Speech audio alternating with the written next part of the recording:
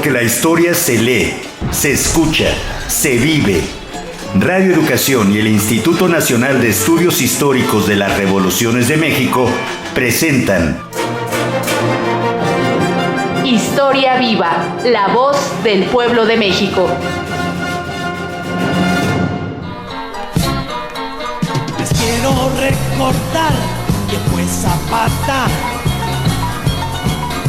por tierra y libertad, luchó Zapata. Dejó el camino ya, presente aún está, quedó su huella, quedó Zapata. Bienvenidas todas y todos a Historia Viva, la voz del pueblo de México, una coproducción de Radio Educación y el Instituto Nacional de Estudios Históricos de las Revoluciones de México. Mi nombre es Ivette Mota y como cada semana me da muchísimo gusto saludarlos y agradecerles a todas las personas que nos siguen en esta transmisión, en este programa, y por supuesto también saludar al titular de este programa, el doctor Felipe Ávila, y a un gran invitado que tenemos hoy, que es el historiador Salvador Rueda Smithers. Buenas tardes a los dos. Muy buenas tardes, Ivette. Buenas tardes, Ivette. Muy buenas tardes, Salvador, Felipe. Y bueno, quiero compartirles a todos nuestros radioescuchas que en esta emisión vamos a tener un programa dedicado a la construcción del imaginario colectivo de la leyenda de Emiliano Zapata a través del tiempo en el siglo XX y bueno, ¿qué se espera hasta nuestros días? Para ello, bueno, como ya les mencionamos, nos acompaña el historiador Salvador Rueda Smithers, que él es especialista también en historia del arte. ¿Qué les parece si antes de iniciar con esta amena charla, vamos a escuchar una semblanza que preparamos para que ustedes conozcan quién es el invitado que hoy nos acompaña e iniciamos en Historia Viva?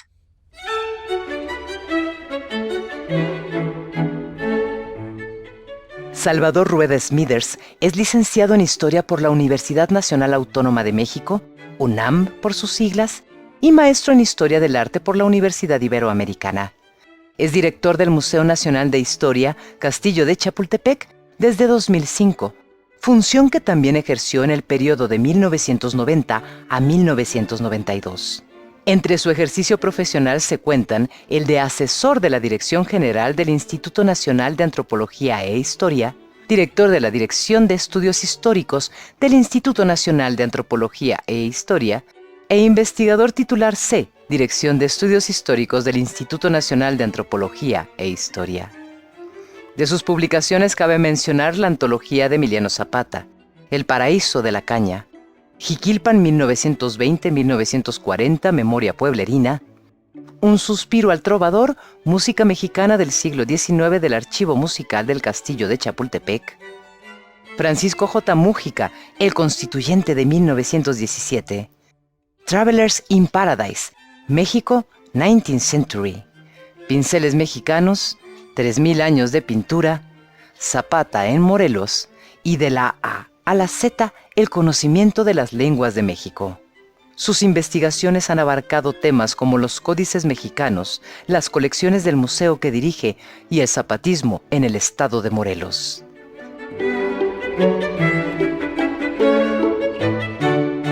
Continuamos en Historia Viva, la voz del pueblo de México. Agradecemos a quienes nos siguen por Facebook, por Twitter, de Radio Educación y del INER, también a través de las estaciones 1060 de AM, del 96.5 de FM aquí en la Ciudad de México y por supuesto todas las estaciones que se unen a esta transmisión a través de la República Mexicana. Y bueno, Felipe, en el programa anterior, recuerden que ya hemos hecho 2 programas sobre Emiliano Zapata, entonces para continuar con este interesante tema, en el programa pasado tú concluiste con una frase que queremos destacar en esta ocasión. Para el tema de hoy, que con la muerte de Emiliano Zapata nació su leyenda, empezando por quienes no creyeron lo que había sucedido el 10 de abril de 1919. Felipe, llévanos a este contexto para entender la imagen de este héroe de la Revolución Mexicana, pues convertido en un ícono y en un símbolo que también ha sido motivo de inspiración para mexicanos y extranjeros. Sí, como no, Ivette, me da muchísimo gusto que nos acompañe Salvador Rueda en este programa, que es uno de los principales expertos en el tema. Y como bien señalas en la vez anterior, la semana pasada, una de las cosas que concluíamos era esto, que el 10 de abril de 1919, cuando es acribillado en la hacienda de Chinameca Emiliano Zapata, a pesar de lo que pensaban sus enemigos, que con eso moriría el zapatismo, este movimiento campesino tan importante dentro de la revolución, pues al contrario, Zapata no solamente no murió, sino que a partir de ese mismo día comenzó a surgir una leyenda que se mantuvo viva durante décadas enteras. El asesinato de Emiliano Zapata lo que provocó fue que la gente que lo seguía, la gente de las comunidades, de los pueblos, de una amplia región de la República, y particularmente de la zona que fue el corazón zapatista, se negaran a aceptarlo, Ivette. La gente no quería creer que Zapata había muerto, que había desaparecido de la tierra, que su lucha había llegado a su fin. Trataba de negar la realidad. Hubo desde los primeros momentos gente cercana a él que se acercó a su cadáver, y hay testimonios que muestran que muchos de ellos no aceptaban la realidad dolorosa de la pérdida del líder, del ser querido, y comenzó a surgir una leyenda fascinante, una leyenda que fue adquiriendo distintas formas, que se fue haciendo compleja, que arraigó en el imaginario colectivo de la población rural del centro-sur de la República Mexicana, que fue construyendo escenarios fantasiosos en donde Zapata aparecía vivo, había gente que aseguraba que lo había visto, había algunos que decían que había platicado con ellos, había otros que decían que lo veían cabalgar en su caballo blanco por las noches. Se crearon algunas escenificaciones realmente fantasiosas de la vida de Zapata, que permanecieron en la memoria colectiva, pues yo creo que hasta muy entrados los años de la década de 1980. Entonces, pues creo que esto es lo que vamos a platicar con nuestro amigo Salvador Rueda el día de hoy. Así es, gracias Felipe. Y bueno, pues nuevamente bienvenido, Salvador. Y cuéntanos, ¿por qué hasta hoy se sigue recordando tanto esta imagen de Emiliano Zapata y no a sus contemporáneos como pudo ser Felipe Ángeles o Venustiano Carranza? ¿Por qué vemos a Zapata en representaciones en todas las bellas artes o incluso movimientos populares? Sí, muchas gracias. Bueno, realmente es un fenómeno único el pensar que Emiliano Zapata es el héroe plástico más dinámico de nuestra historia. ¿Por qué? Bueno, eso lo hemos platicado mucho Felipe Ávila y yo, y posiblemente sea, en primer lugar, por esta proyección hacia un personaje que resulta ser la posibilidad de ajustar cuentas con la historia. Esta plasticidad de Emiliano Zapata y la posibilidad de que exista la justicia en alguno de sus elementos o en todos sus elementos como una posibilidad histórica es lo que ha hecho de Emiliano Zapata un héroe que siga tan vivo y tan reconocido desde 1923, cuando menos, hasta hoy. Y este proceso fue paralelo a este que nos platica Felipe, que es una leyenda que se nutrió de una serie de relatos y de convencimientos propios, como bien lo dice Felipe, en la zona oriente de Morelos. Y además del caballo blanco que él menciona, había por ahí alguna otra persona que decía que bajaba en coche desde Arabia para ver a su gente, para ver a su familia, para ver algo que había dejado, lo que eso quisiera decir. Zapata bajaba desde una Arabia mítica, porque hacia allá se había ido, que lo había salvado uno de sus compadres, y quien había muerto era su doble. Esta leyenda probablemente murió cuando murió el último zapatista. el último veterano zapatista. Y sin embargo, paralelamente, la imagen de Zapata como una bandera política fue creciendo. Y creció y se ramificó como permítanme hacer un mal símil, pero como un árbol frondoso con muchas ramas que algunas de ellas ni siquiera tienen conexiones entre sí. También esas cosas hemos platicado muchas veces Felipe y yo, en donde está Zapata primero como un líder campesino o como el ejemplo de la posibilidad de un liderazgo campesino para llevar adelante la reforma agraria. En otro sentido, que con la firma del Plan de Ayala, la revolución dejó de ser simplemente una serie de fragmentos de movimientos sueltos, de rebeldías regionales, para convertirse en una revolución real con una reforma social como programa político que fue adoptada por las otras facciones. Fue obligada, debo decirlo, a adoptarse por las otras facciones gracias al Plan de Ayala. Pero con el paso del tiempo dejó de ser simplemente un líder campesino para volverse también una figura ejemplar para los maestros, para los políticos, para albañiles, para los obreros de los ingenios, pero también para otro tipo de trabajadores, no solo del campo, para zonas urbanas. Zapata se desdobla hacia grupos urbanos que ven en él la posibilidad de una reivindicación y entonces hacen una representación plástica particular. Y tienes representaciones plásticas de Zapata desde los grafitis enormes hasta los pequeños tatuajes. Está lo mismo en una estampilla en México que en el extranjero. Lo mismo está en un escudo de de gente de la Fuerza Aérea en Alemania que entre rockeros mexicanos. Y con esto voy a terminar. Hace 50 años, en Tijuana, si no estoy mal, el grupo de rock Los Locos grabó una canción en inglés que se llama Viva Zapata. Bueno, eso fue a 60 años de la muerte de Zapata. Es decir, en realidad estaba a la mitad del camino y ese grupo de rock nos dio la pauta para pensar todas las posibilidades hacia donde jaló el zapatismo, desde los zapatistas de Chiapas hasta actores y grupos de teatro que representan a un zapatismo plástico neorrealista, de todo tipo. No lo vemos en Felipe Ángeles, no lo vemos en Venustiano Carranza, exactamente por qué, no sé. Un día se me ocurrió decir que porque básicamente Zapata era un hombre guapo, y entonces permitía eso también una atracción muy particular. Y lo mismo va a reivindicar a campesinos que se sienten representados con este hombre fuerte charro, que pasado mañana por feministas y grupos LGTB o ecologistas, porque se sienten reivindicados por las ideas de Zapata.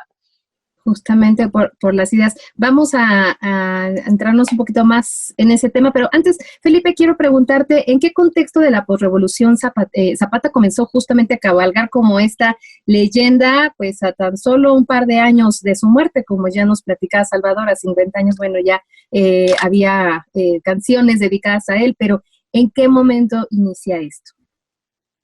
Pues es muy curioso, Ivette, porque la construcción del mito de Zapata por el Estado mexicano comienza en 1922, en el gobierno de Álvaro Obregón, y hay que recordarle a nuestro amable auditorio que Emiliano Zapata combatió toda su vida durante la Revolución contra enemigos muy poderosos, contra Porfirio Díaz, contra el gobierno interino de León de la Barra, contra el gobierno de Francisco I. Madero y después contra Venustiano Carranza. Y se estuvo enfrentando en los últimos años de su vida contra uno de los principales jefes constitucionalistas, que era Pablo González, quien fue el que finalmente urdió la trama para asesinarlo. Entonces, el gobierno de Venustiano Carranza, como sabemos, fue derrocado por la rebelión de Agua Prieta, en donde el grupo sonorense, encabezado por Álvaro Obregón, por Plutarco Elías Calles y por Adolfo de la Huerta se hizo del poder, y durante el gobierno constitucional de Álvaro Obregón, que había sido enemigo de Zapata, que había estado combatiendo contra él, contra las fuerzas del Ejército Libertador Suriano, siendo presidente de la República, considera como una razón de Estado el reivindicar a la figura de Emiliano Zapata y como una de sus bases de legitimación política, establece una alianza con los líderes sobrevivientes del zapatismo desde 1919, y cuando derrocan y asesinan a Venustiano Carranza, a los rebeldes de Agua Prieta, Ivette, es muy significativo que la entrada triunfal que hace Álvaro Obregón a la Ciudad de México es del brazo de Genovevo de la O, que había sido uno de los principales generales zapatistas, y había establecido Obregón una alianza política con algunos de los líderes sobrevivientes del zapatismo, como Gildardo Magaña, el sucesor de Emiliano Zapata, y con Antonio Díaz Soto y Gama, y promovió, apoyó, impulsó la creación del Partido Nacional Agrarista, que se convirtió en la principal base política de apoyo del gobierno de Álvaro Obregón. Y comenzó a hacer una reforma agraria, y uno de los lugares emblemáticos en donde la inició fue precisamente el estado del Morelos zapatista, para darle una mayor significación a esta política pública, que lo que hizo fue reconocer la legitimidad de la lucha agraria que había encabezado Emiliano Zapata y apropiársela. Es muy interesante ver cómo el Estado que surge de la revolución, el Estado posrevolucionario, se da cuenta de la fuerza, del arraigo y de la legitimidad que tiene la lucha agraria, y aprovecha, utiliza, refuncionaliza la figura del principal líder agrario de la revolución, que fue Emiliano Zapata, para sus propios fines. Y se va construyendo un Zapata oficial, Ivette, que va elaborando el Estado mexicano y que tiene su punto de arranque en 1922 en el gobierno de Álvaro Obregón, que continúa en 1923 durante la campaña presidencial de Plutarco Elías Calles, que ante la tumba de Zapata, el 10 de abril de 1923, y siendo candidato presidencial, dice que la lucha de Zapata y la ideología de Zapata es la suya, que la reforma y los ideales agrarios por los que luchó y cayó Zapata, él los hacía suyos, de una manera muy simbólica, en donde pues lo que se reflejaba era esta necesidad del Estado mexicano posrevolucionario de tener una base de legitimidad campesina y de apropiarse de la principal figura política que la representaba, que es Emiliano Zapata. Y bueno, a lo largo de los siguientes años, los distintos gobiernos nacionales hicieron lo mismo, de manera que entre 1922 y prácticamente hasta la década de los 90 del siglo pasado, todos los presidentes mexicanos fueron a rendirle homenaje personal a Emiliano Zapata en su tumba, y lo usaron 1000 veces como justificación ideológica para legitimar sus políticas agrarias, que muchas veces pues no solamente no iban en el mismo sentido que la lucha zapatista, sino que iban en sentido contrario, como fue el caso de la reforma al artículo 27 de la Constitución que hizo Carlos Salinas de Gortari, que era una contrarreforma que iba totalmente en contra de lo que establecía no solamente el Plan de Ayala, sino el artículo 27 constitucional, y que a la hora de firmar esa contrarreforma, pues lo hizo con un retrato de Emiliano Zapata detrás de él, ¿no? Entonces, esta era una muestra nada más de la utilización política que hizo el Estado mexicano posrevolucionario del principal líder agrario en la historia de México, Ivette. Gracias, Felipe. Salvador, por otra parte, ¿por qué la imagen de Zapata ha sido, bueno, ya nos hablabas un poco de que ha sido trabajada, ¿no?, en diferentes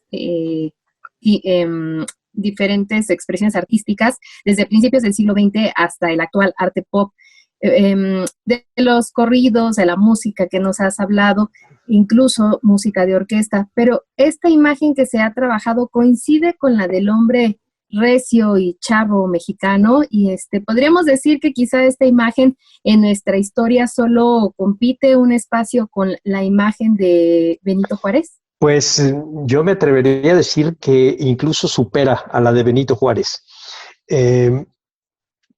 Aunque también he visto, por supuesto, muchas manifestaciones plásticas en donde aparece Benito Juárez como punk o como un rebelde, pero no ha evolucionado igual que la de Zapata. Tú te puedes acercar a cualquier trabajo fotográfico, incluso a través del internet, y ves a Zapata ya no está montado en su caballo blanco, sino en una enorme motocicleta, o está... ya no está vestido de charro o de manta blanca, como lo pintó Diego Rivera en Cuernavaca, o el taller de la gráfica popular, sino está con una camisa de corte muy moderno, retando al mundo.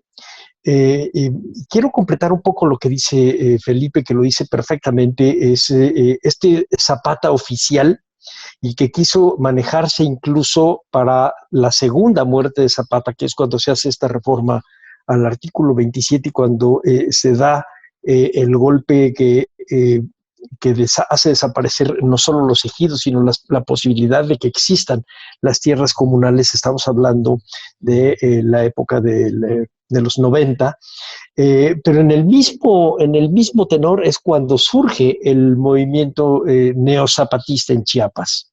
Es decir, finalmente quisieron utilizar a Zapata para matar el ideal agrario, pero Zapata ya era muchísimo más que un ideal agrario. De hecho, el zapatismo de Chiapas no es agrario, es autonomista. Y si preguntamos a la gente que tiene a Zapata como su ícono en Tijuana, ellos están pensando en otra cosa, están pensando en estas zonas de frontera y de multiplicidad cultural.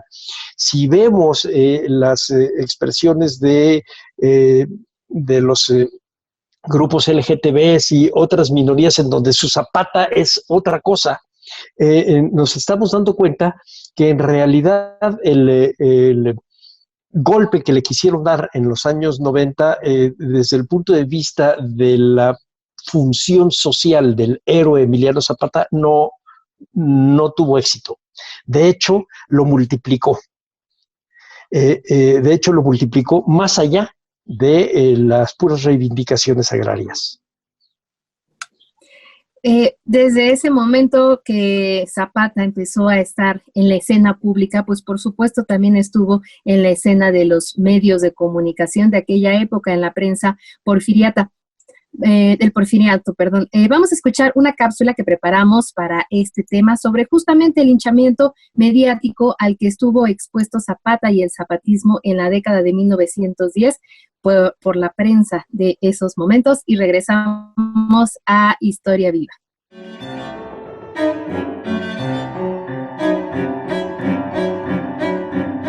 Desde sus primeras apariciones en la prensa del Porfiriato, la figura de Emiliano Zapata, como la de los campesinos surianos, estuvo sujeta a un linchamiento público que continuó durante el gobierno de Francisco León de la Barra, también en la de Francisco I. Madero, así como en el gobierno dictatorial de Victoriano Huerta. La prensa capitalina describió a los zapatistas como un grupo de campesinos indómitos y primitivos, incapaces de asimilar la transición democrática maderista. En su lugar, se construyó un discurso en el que los bandidos zapatistas asaltaban poblados y haciendas, descarrilaban trenes y asesinaban a víctimas inocentes. Para esa opinión pública, el zapatismo representaba el atraso, la miseria, el México incivilizado frente al México urbano, educado y de clase media.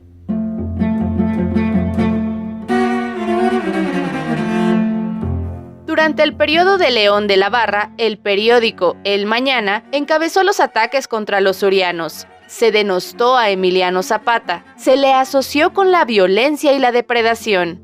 La tensión entre Madero y el zapatismo se acrecentó durante el periodo del presidente Blanco para regocijo de publicaciones como la revista Cosmos, que en sus artículos y fotografías distorsionaba la información para asociar al zapatismo con la anarquía y el apocalipsis revolucionario. Un ejemplo.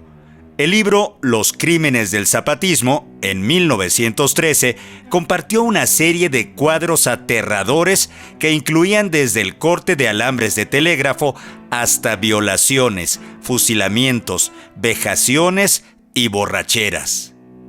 En el capítulo titulado Embriaguez de alcohol, de saqueos y de estupros, se acompaña el texto con grabados de las atrocidades. Así, los zapatistas se convirtieron en la viva representación de los vicios, el robo y el asesinato.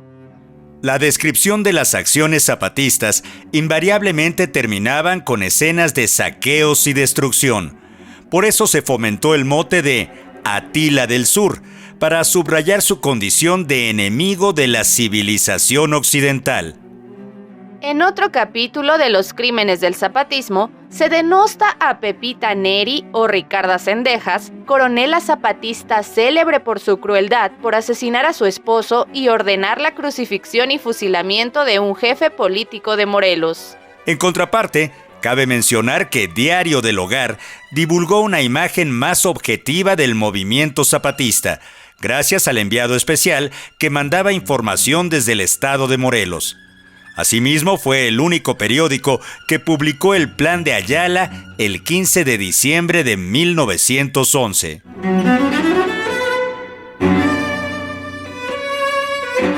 Cuando las tropas zapatistas desfilaron por la Ciudad de México a finales de 1914, los capitalinos se sorprendieron porque, más que causar estragos, causaron lástima.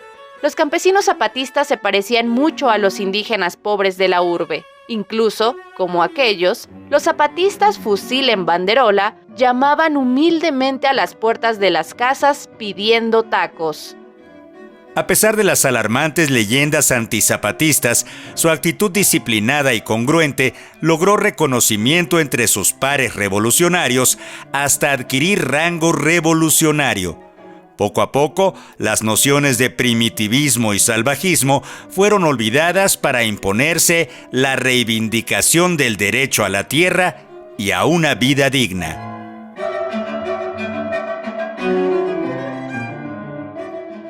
Continuamos en el programa Historia Viva, la voz del pueblo de México. Recuerden que, este es un espacio para la difusión de la historia y el intercambio de ideas, en esta ocasión, platicando y construyendo la leyenda de Zapata. Para ello, Felipe, ¿cómo interpretas las ideas de que Zapata no le interesaba el poder, porque su propósito pues era dotar de tierras a los campesinos en un ejercicio de justicia milenaria?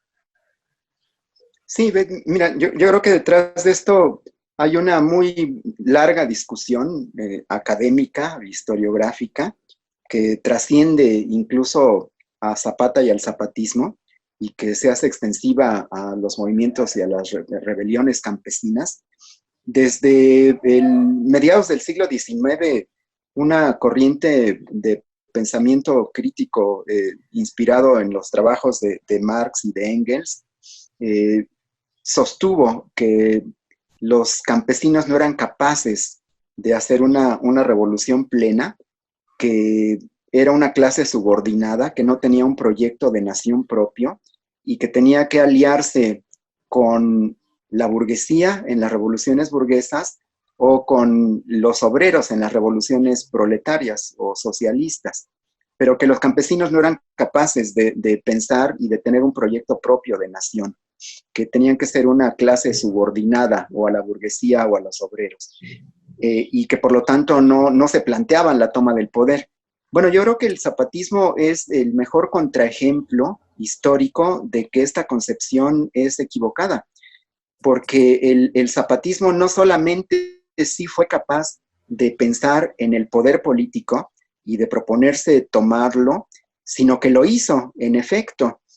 Yo creo que el zapatismo es una clara muestra de que era un movimiento campesino revolucionario que aspiraba a conquistar el poder político nacional, que para hacerlo se alió con el villismo y participó en la Soberana Convención Revolucionaria, y que dentro de esta asamblea revolucionaria los representantes zapatistas fueron los que tuvieron mayor claridad política e ideológica para pensar cómo tenía que ser la revolución entendida como un proceso integral que abarcara no solamente la parte política, sino sobre todo la parte social y económica e incluso cultural, y que también perfiló lo que debería de haber sido un gobierno popular, un gobierno al servicio de la gente, un gobierno cercano a las necesidades, a las aspiraciones, a los sueños de la mayoría de la sociedad mexicana, que era una sociedad rural y pobre. Yo creo que las propuestas zapatistas lo que expresan es una concepción muy acabada, muy radical y muy profunda de lo que tenía que ser el Estado que surgiera de la revolución. Y lo que me parece que es importante es que no solamente fue una propuesta que se haya quedado en el papel, sino que la llevaron a la práctica.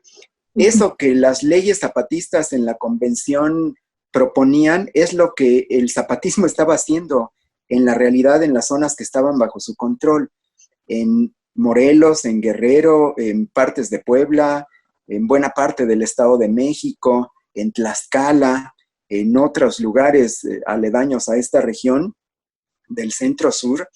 Y yo creo que lo que sí hay que diferenciar, Ivette, es que una cosa es que Zapata no haya querido él ser presidente de la República, o que no haya tenido aspiraciones de poder político formal.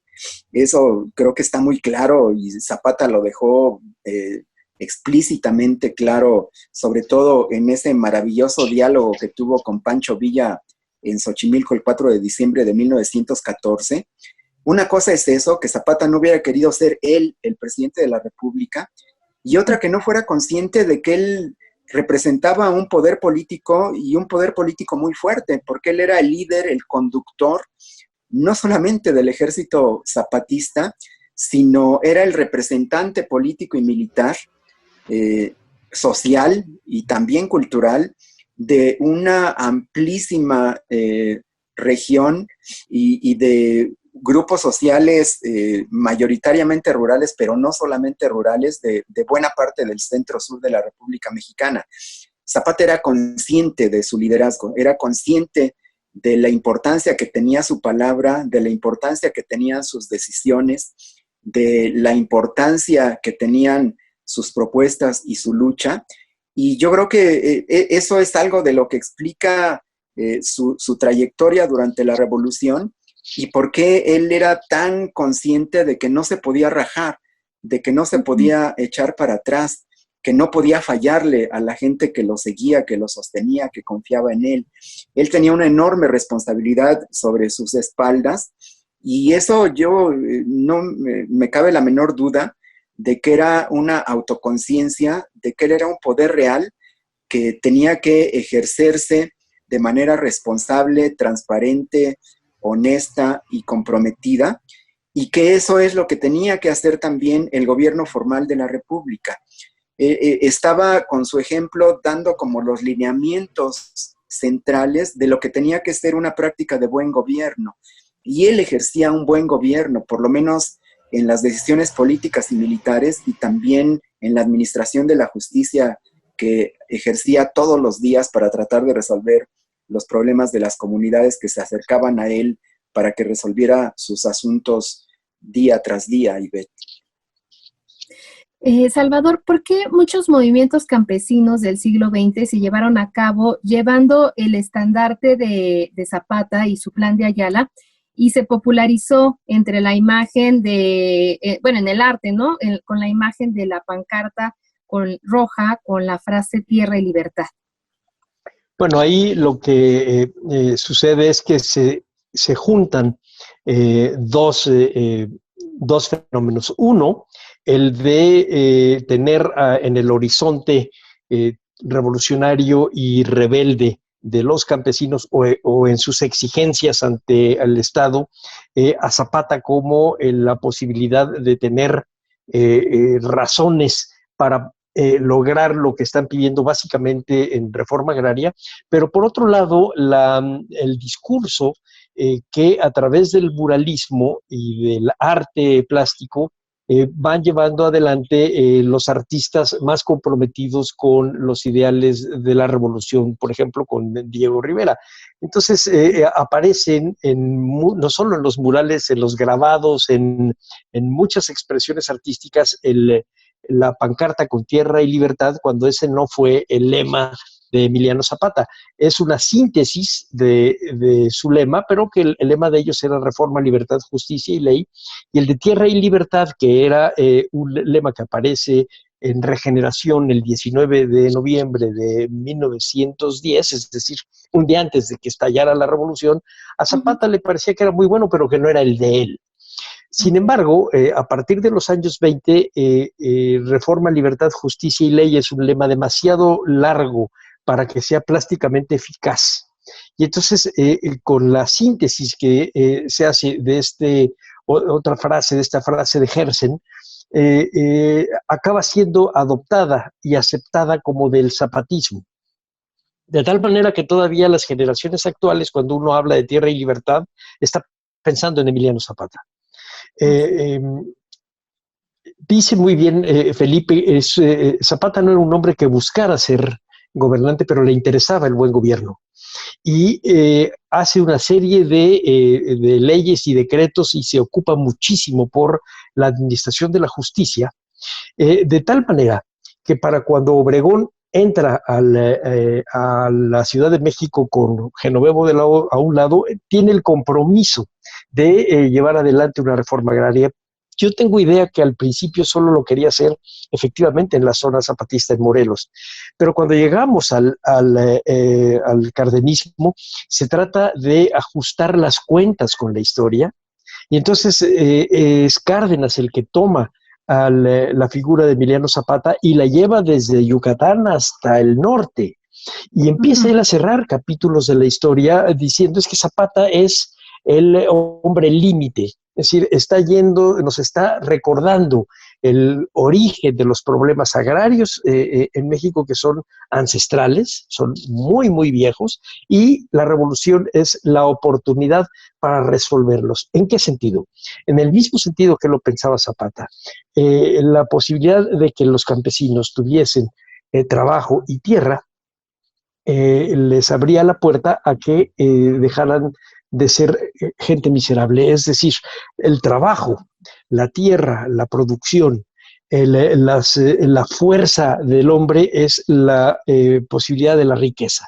Y al desdoblarse eso como una política de Estado, también proyecta a Emiliano Zapata como el promotor de esta política, y ya Felipe nos habló del otro extremo, es decir, el de cómo es utilizado precisamente en contra de las exigencias de los campesinos más radicales o más exigentes de una reforma agraria, y después de los movimientos urbanos guerrilleros. Pensemos en los de los años 70, de principios de los años 70, el del Frente Urbano Zapatista, etcétera, o el mismo de Chiapas. Es decir, la misma figura de Emiliano Zapata, que muy bien nos recuerda Felipe, está detrás del presidente cuando está dando el punto final a la reforma agraria, es la misma que utilizan los rebeldes indígenas de Chiapas para romper con el Estado mexicano. Ese es lo fascinante de esta historia y lo fascinante de la figura de Emiliano Zapata. Vamos a escuchar una cápsula antes de entrar a los minutos finales de este programa. Los invito, Felipe, Salvador, a todo nuestro público a que escuchemos esta parte dedicada a Zapata vive, la lucha sigue. Y regresamos.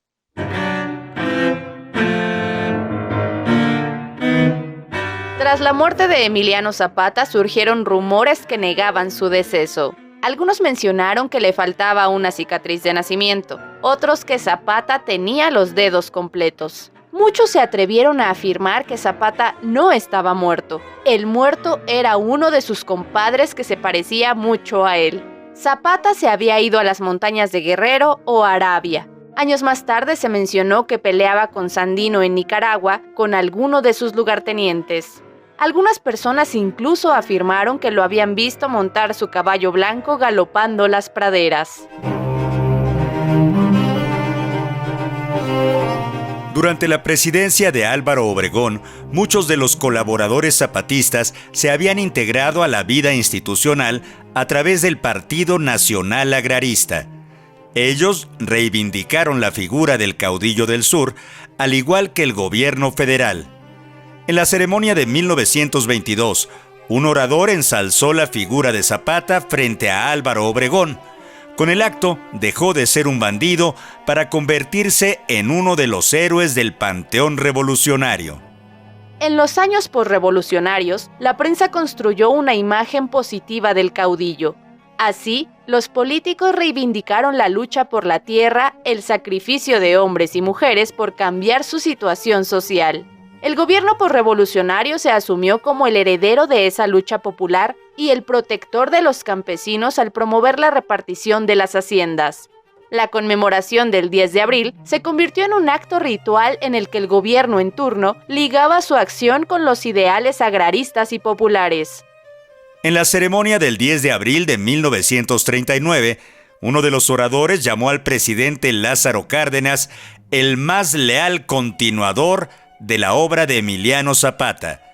El presidente michoacano promovió el conocimiento histórico del zapatismo al subsidiar la obra de Gildardo Magaña, Emiliano Zapata y el agrarismo en México, así como un símbolo de identidad de lo mexicano gracias a los artistas plásticos del Taller de Gráfica Popular, quienes convirtieron al caudillo del sur en un símbolo revolucionario y popular.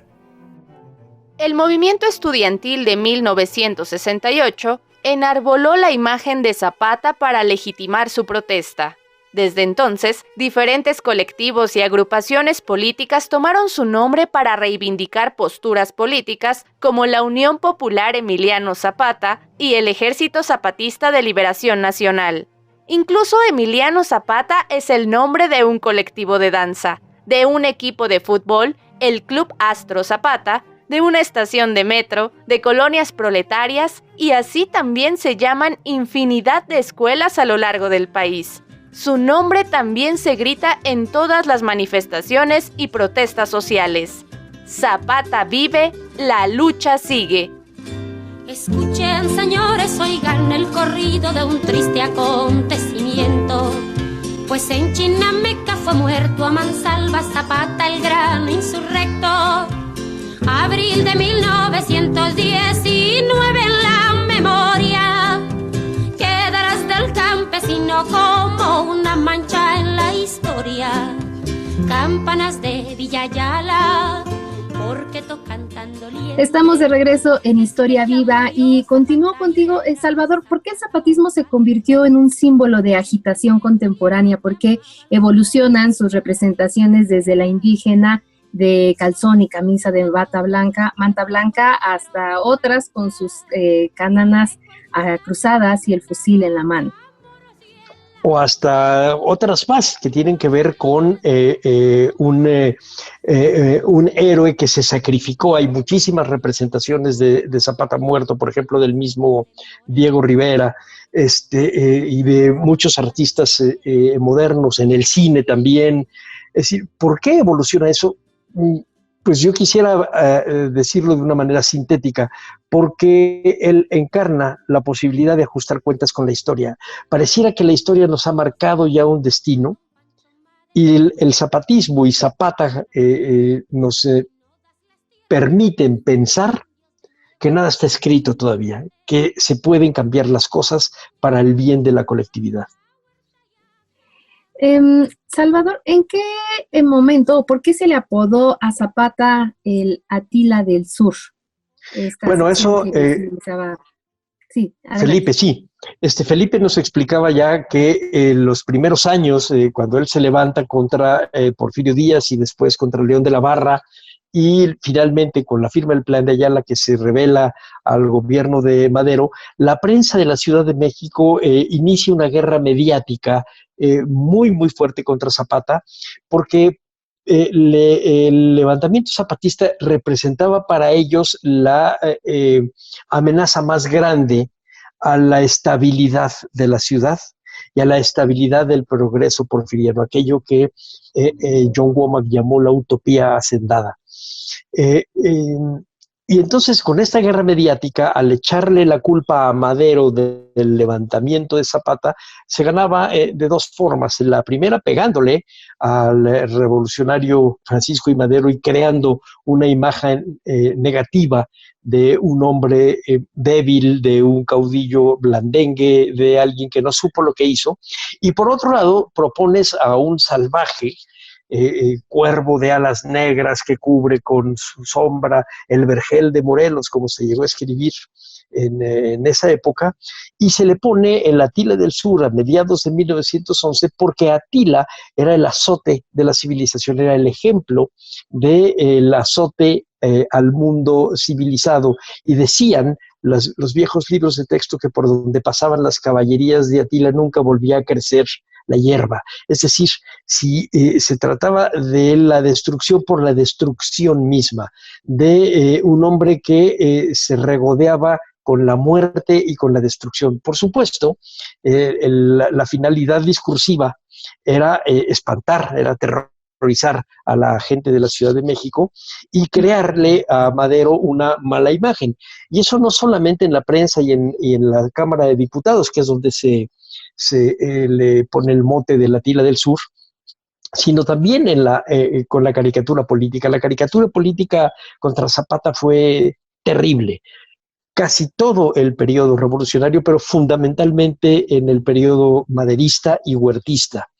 Terrible, terrible. Lo ponían malabareando cráneos, comiendo carne humana, asesinando hombres, mujeres y niños, etcétera, cuando la realidad es exactamente lo contrario. La realidad en la revolución fue que a Zapata y al zapatismo se le hizo una guerra por momentos de exterminio.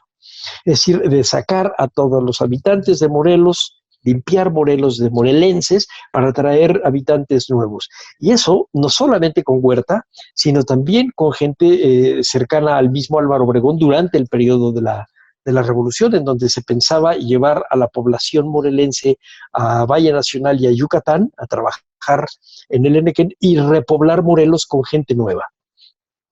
Eso fue una práctica racista que tenía que ver también con la idea que se tenía del indio rebelde en contra del blanco o del mestizo civilizador. Eso cambió con la revolución. Incluso en el arte, hubiéramos visto, jamás hubiéramos visto, por ejemplo, que campesinos indígenas fuesen los protagonistas de obras de arte plástico, es decir, de óleos y de grabados, etcétera. En el porfiriato nunca hubiéramos visto eso. Lo vemos después de la revolución porque cambia la mentalidad. Cambia la mentalidad porque se da cuenta desde Madero, pero sobre todo a partir de Álvaro Obregón y del mismo Calles y de la gente que está cercana a ellos, que había sido zapatista, que Zapata había tenido razón.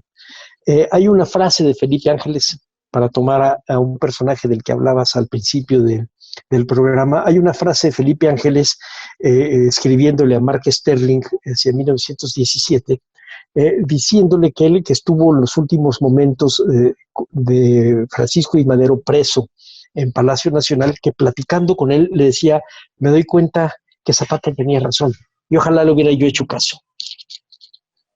Gracias, Salvador. Felipe, en reiteradas ocasiones, y ahorita se volvió a mencionar el Plan de Ayala, tú has mencionado que es un documento fundamental de la Revolución Mexicana. ¿Nos podrías platicar un poquito de esto? ¿Por qué se considera así? Ivette, yo creo que el Plan de Ayala tiene una enorme importancia histórica porque yo creo que expresa de una manera paradigmática la visión del mundo de los campesinos, no solamente mexicanos, sino de otras latitudes, para construir una sociedad mejor. Una sociedad basada en su organización, en su movilización, en su lucha, en su exigencia de justicia y también en la toma de las armas. Si no pueden llevar a cabo de una manera pacífica estas aspiraciones, es la expresión, yo creo, diáfana, transparente, de lo que significa una revolución campesina profunda y radical.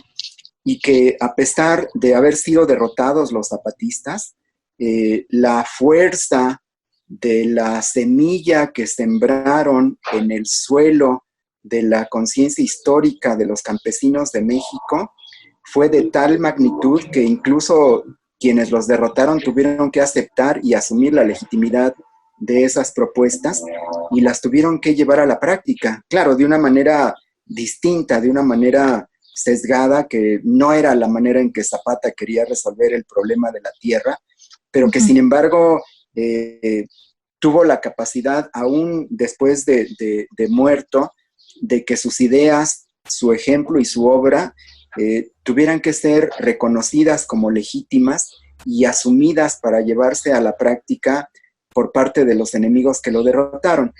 De manera que el Plan de Ayala creo que es uno de los documentos fundamentales para explicar no solo la Revolución Mexicana, sino el siglo XX y aún la historia de lo que va de este siglo, porque ha seguido siendo hecho suyo por el movimiento campesino e indígena nacional, como hemos visto en esta ocasión, porque creo que sigue vivo. Yo creo que si alguna consigna sigue vigente en la agenda política, sobre todo de los movimientos sociales mexicanos y latinoamericanos y de otras latitudes, es que Zapata vive y la lucha sigue. Eso no se le puede aplicar a otros personajes de nuestra historia y tampoco a muchos otros personajes de la historia de otros países y territorios, Ivette. Así es, Zapata vive y la lucha sigue, y es parte de la herencia de este Plan de Ayala que nos deja para la historia de nuestro país. Sigue presente, pero Salvador, yo te pregunto, ¿cuál es el futuro de la leyenda de Zapata para nuestra historia?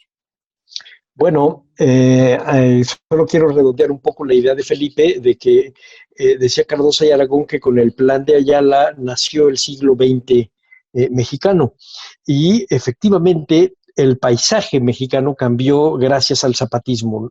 Nuestras generaciones ya no vivieron con las haciendas como las unidades de producción fundamentales del campo. Nuestras generaciones ya vivieron con otro tipo de unidades de producción, ejidatarias, ranchos, etcétera. Hay un campo antes del Plan de Ayala y hay un campo después de las reformas sociales que propicia el Plan de Ayala y que obliga a que el resto de la Revolución Mexicana siga ese campo. Y esta frase de Zapata vive, la lucha sigue, que podría ser un eslogan ya un poco manido, resulta que no lo es tanto si pensamos que las luchas a las que se refieren no son solamente las luchas de los campesinos, son las luchas efectivamente de los indígenas, pero por reivindicaciones que no son necesariamente agrarias, pero son las luchas de los distintos grupos minoritarios y no, de las distintas revoluciones. Yo se los aseguro, yo siento que la revolución a futuro, que será la que están llevando a cabo las mujeres, tendrán a Emiliano Zapata como uno de sus banderas de reivindicación y de posibilidad de justicia en la historia. El que lo lleven adelante grupos de mexicanos en los Estados Unidos con sus líneas políticas propias de identidad urbana, que no tienen que ver ya con los campesinos, le dan otro aire y otro aliento a la existencia de Emiliano Zapata. Lo que pienso yo es que al rato vamos a ver a Emiliano Zapata ecologista, y vamos a ver a Emiliano Zapata reivindicador de minorías, y probablemente, como lo dice Felipe, vamos a ver a un Emiliano Zapata como un ícono de las luchas de otras partes del mundo, de las luchas que tienen que ver con eso en otras partes del mundo.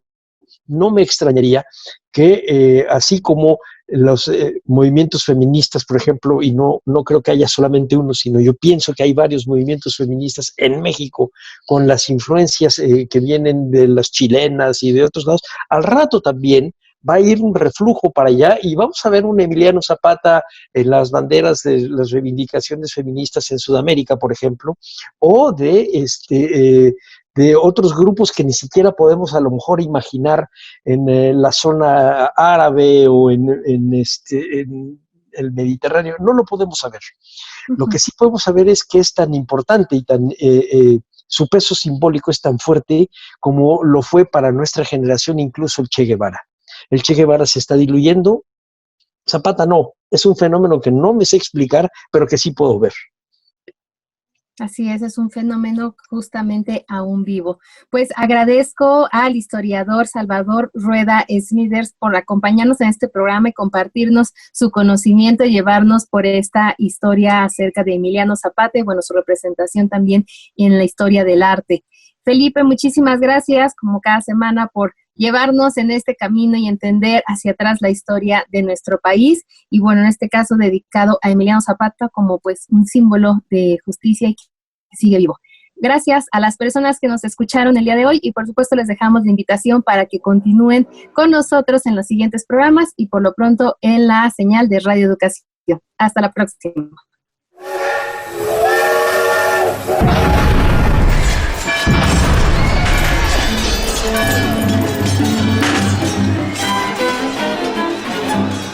Porque la historia se lee, se escucha, se vive. Radio Educación y el Instituto Nacional de Estudios Históricos de las Revoluciones de México presentaron Historia Viva, la voz del pueblo de México.